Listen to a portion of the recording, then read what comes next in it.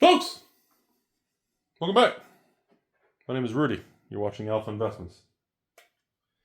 Today we have an interesting Dear Rudy storytime video regarding a local game store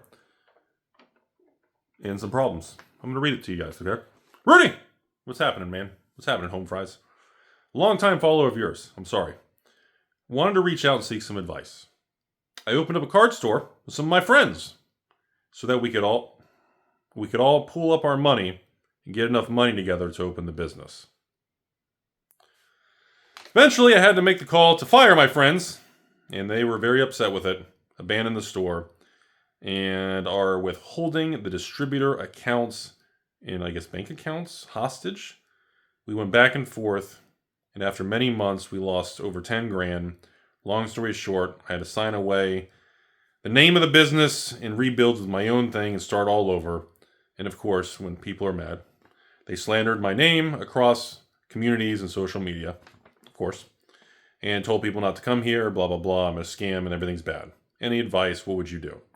Okay, so there's a lot of layers of this onion here. First, as you all know, I do not believe in going into business with partnerships in general. Historically, it is a very, very high degree of failure. If there's friends involved, they're probably going to end up hating you. Just how life's done. I've experienced it for 20 years. Every time something doesn't go a certain way, you're going to lose people. They're going to hate you. They're going to have kind of fabricate things in their mind. They're going to think you're out to get them. This is very normal behavior in business, and most of it's usually untrue. It happens in all industries. Okay? Understand that.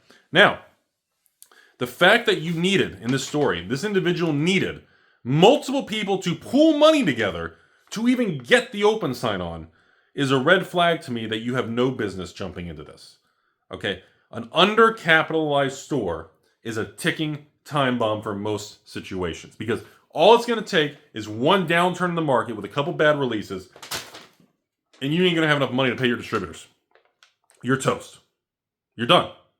So undercapitalization is one of the biggest Achilles heel of local cards, retail businesses, food service, restaurant, any of these things.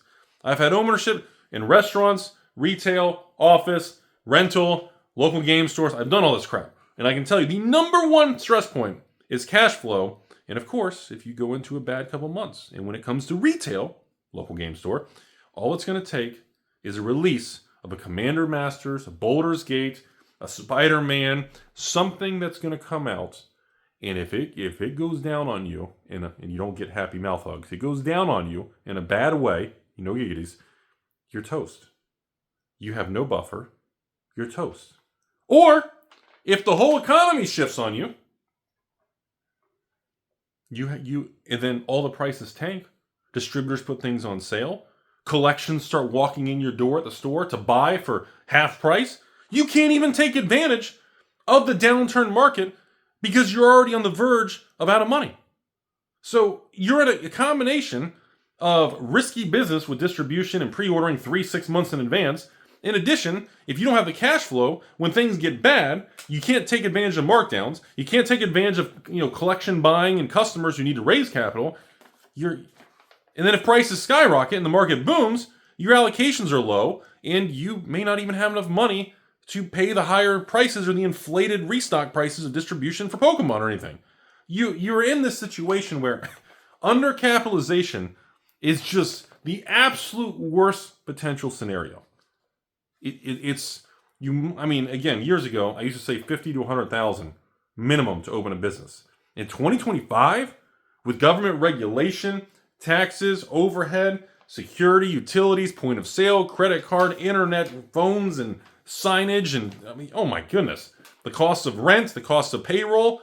You can't have payroll. What are you gonna have payroll? You're gonna pay people in tacos? The average store is gonna have to make at least probably 10,000 plus a month. Between probably more than that. A bare minimum store is gonna have to make $10,000 a month, not in sales, in bottom line, flow it to the bottom line profit to even pay the overhead, to even get to their first real dollar of profit that they can extract for salary or anything else. Like the amount, again, $10,000 in profit in a retail card store business model is probably going to, even if your margins are 10, 20, 30%, you're going to have to do $20,000 to $50,000 in gross top line sales. Maybe more than that if you're selling online with even thinner margins with shipping and fees. I mean, the risk is substantial. Your reward is minimal. But you get a cool place to hang out with your friends. You can brag that you have a business and you're self-employed, right? Right? Next part of this thing. Yeah, honestly, losing $10,000 on this partnership that imploded, honestly, it's probably better than I thought it'd be. I thought it'd be like 50 grand to 100 grand. And yeah, losing your accounts and people slandering you. Okay, let's get to that. So understand, I deal with this stuff all the time. So I feel like I'm a pretty credible person to talk about slandering names that people think. In the last 10, 11 years, as you all know, first of all, whenever something goes wrong in your local store or a restaurant or a fast food or anything, the way angry people get back at business owners in modern society is they like to do the review bomb. They like to go after you. They want to cause collateral damage. That is the historic modern day social media response to things going bad. Okay? So understand, when someone's angry at you because you sold them a card or a couple single cards in the display case in your store, they leave, the cards get banned or they went down in price or whatever the reason is, who knows? And you don't want to give them their money back or you don't want to undo or give them compensation. Whatever happens, if the customers are angry or they read stuff about your store on the internet, on reviews, on Facebooks and MySpace and Ashley Madison's and Silk Road, when they read about you, a lot of, well, I was going to say actually, we kind of been moving forward almost to 2026. I think I've noticed a little bit of a tilt. I've noticed now, even with me, when people post a new attack thread on a business or an influencer or something, I've noticed it doesn't seem to have the impact it did 5 to 6, 7 years ago. Like when I started this 10 years ago and YouTube went public with everything, the internet, and because again, Reddit is the only reason I got off the ground and this channel got from 50 subscribers to like 5, 10, 15,000 was Reddit and the attacks. But I don't think it's a thing now. Like when I get usually about once a week to once a month, let me give you guys a good example. I'll get a patron who's angry. Their account got delinquent. It got purged off the system because it got delinquent. Or they voluntarily closed their account and, well, I wouldn't ship their order got refunded because they got mad. Or something happened. Anything along those lines between an ex-patron, an ex-customer, in person, online, whatever degree. Usually that anger comes back to, let's screenshot, let's post online, let's warn everybody about the bad store. Now, it doesn't seem to have the impact it did 3 to 5 years ago in the COVID and earlier era. I've noticed now there's even been times it actually has an inverse reaction when one person puts something negative about a business or a seller, me or anybody else. It doesn't have the grip. It doesn't have the cutting strength that it did before. Does that make sense? So I've noticed a cultural shift to the negative review bomb kind of angry customer thing. So to my response to this individual about, Rudy, what do you think about these people? They blasted me online and said these bad things. And again, I'm not going to say the location or the name or anything, but I will tell you guys, this situation, it's on the West Coast. So I'm in Florida. This is West Coast, literally Nevada, California, part of the country, okay? So very opposite to me. But my opinion on this situation, I actually wouldn't worry about it. And honestly, the other thing is, I would say probably lean into it. If you have people that are just attacking you and bashing, and it's affecting the local store, I would literally, I would just continue as normal business. Because remember, keep this in mind, everybody. I know it doesn't feel like it, but majority of customers that walk into stores and walk into restaurants, most people don't go online and go through all the reviews before they walk in a restaurant or a store. I would be willing to bet, depending on what the business is and where it's located, maybe 5, 10, maybe 15 to 20% of people may check it. And that's higher than, I think it's actually like less than 5%. But that's just me. And each industry, each business is very different. But like, if I'm going to go to Taco Bell, if I'm going to go to Chick-fil-A and order 15 waffle fries, I don't check the reviews of that location's Chick-fil-A. There's no point. Sometimes the fries are old, they've been sitting there. Sometimes they're fresh and amazing. I already know this. I'm not going to say, oh, this woman called Mrs. Debbie Downer said that she got wrinkly old waffle fries. And this was posted 3 months and 2 days ago at 11 p.m. Should we not go? Should we just skip dinner tonight?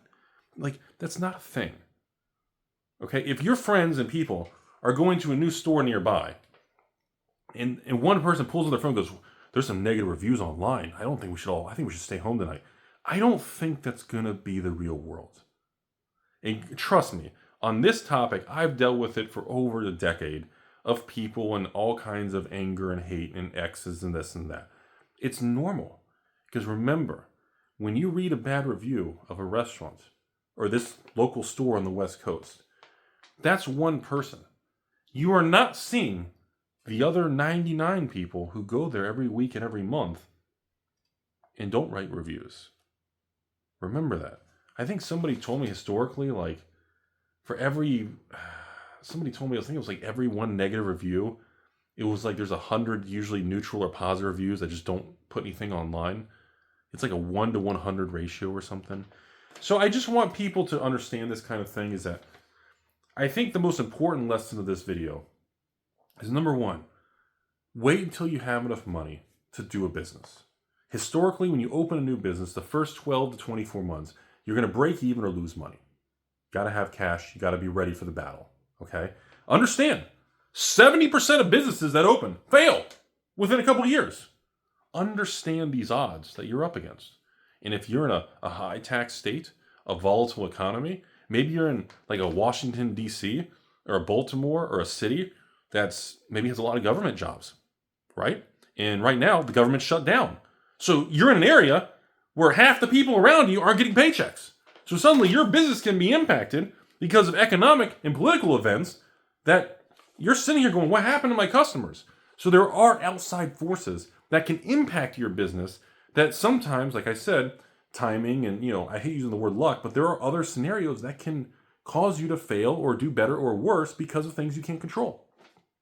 But the most important part of this video is the bottom part of how to navigate with the public and customers.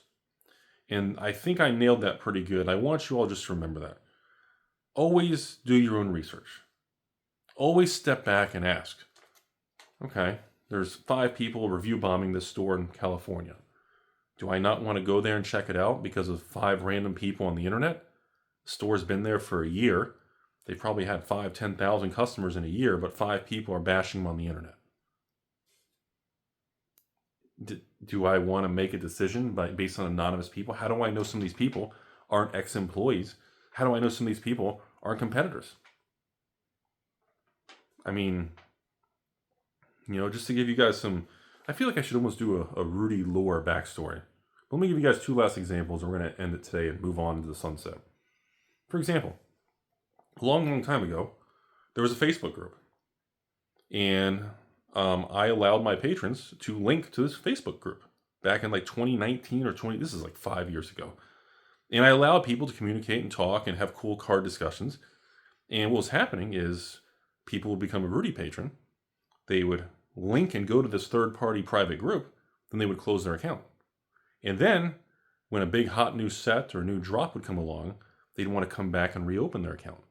And of course, back in 2019-20, I started realizing and digging through my own account history that there were tons of people that were opening and closing their patron accounts 5, 6, even 10 to 15 times, avoiding paying anything and gaming the system. Which, again, is why we are where we are today. And then on top of that, it led to people who were angry because I banned them, wouldn't let them come back for the 7th time. And then they get mad. And then they start going online, telling people how to steal, how to do chargebacks, how to steal from your local store, how to steal from Rudy. And they were all in these private groups. So then I had to, then I worked with other individuals, went through and essentially banned almost everybody on the entire thing. Got a list. I had some friends who got friends and got connections. We just wiped everybody out. I think we kept like 8 people that were just innocent, collateral damage. And another example, but the point is, yeah, there are some things online that you have to deal with. And social media breeds behavior that's not always the same as real life. So when you read reviews about any store, any business, any restaurant, anything, you got to be careful. It's like saying, I don't want to use Amazon because there's 20,000 one-star reviews of Amazon. Okay, well, Amazon has what? 30, 40, 50 million people paying for Prime every month, and you're looking at 0.0001%, and you're going to make a decision and ignore the 99.9%. You have to be careful taking data online because the context is very important, and taking it out of context can give you false narratives. It's a very sketchy, dangerous thing. Another good thing, in the past, I've learned these different things.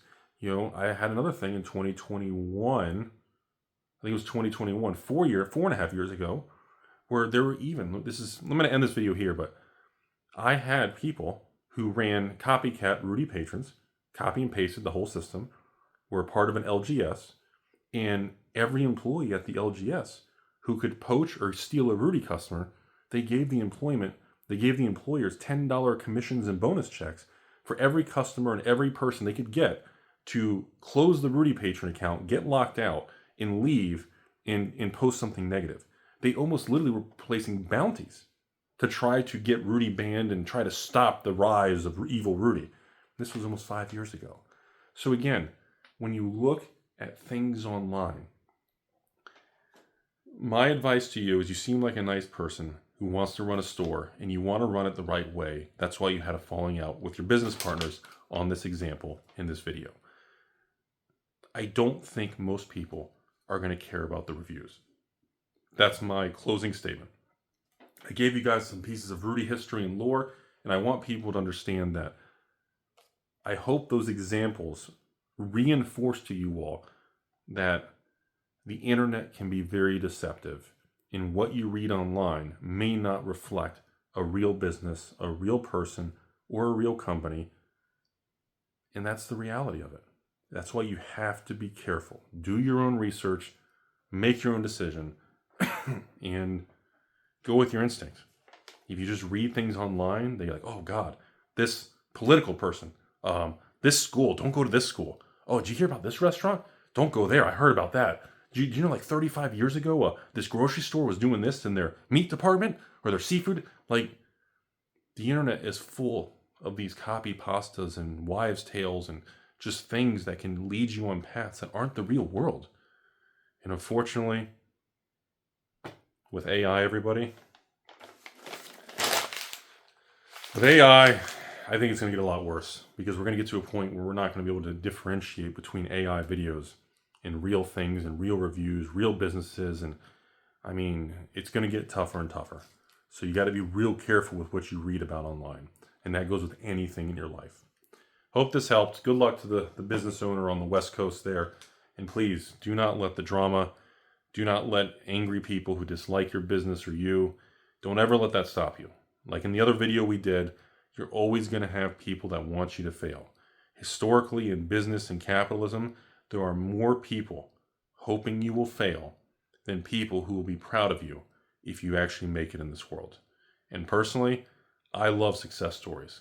If someone else out there can make a big successful LGS, their family, their kids run it, they're doing great things and they're making money, I think that's awesome. I think that's awesome. Everybody deserves to have a successful life that goes into a future with their family and maybe multi-generational. I think positivity is lacking in this world. Good luck to you guys.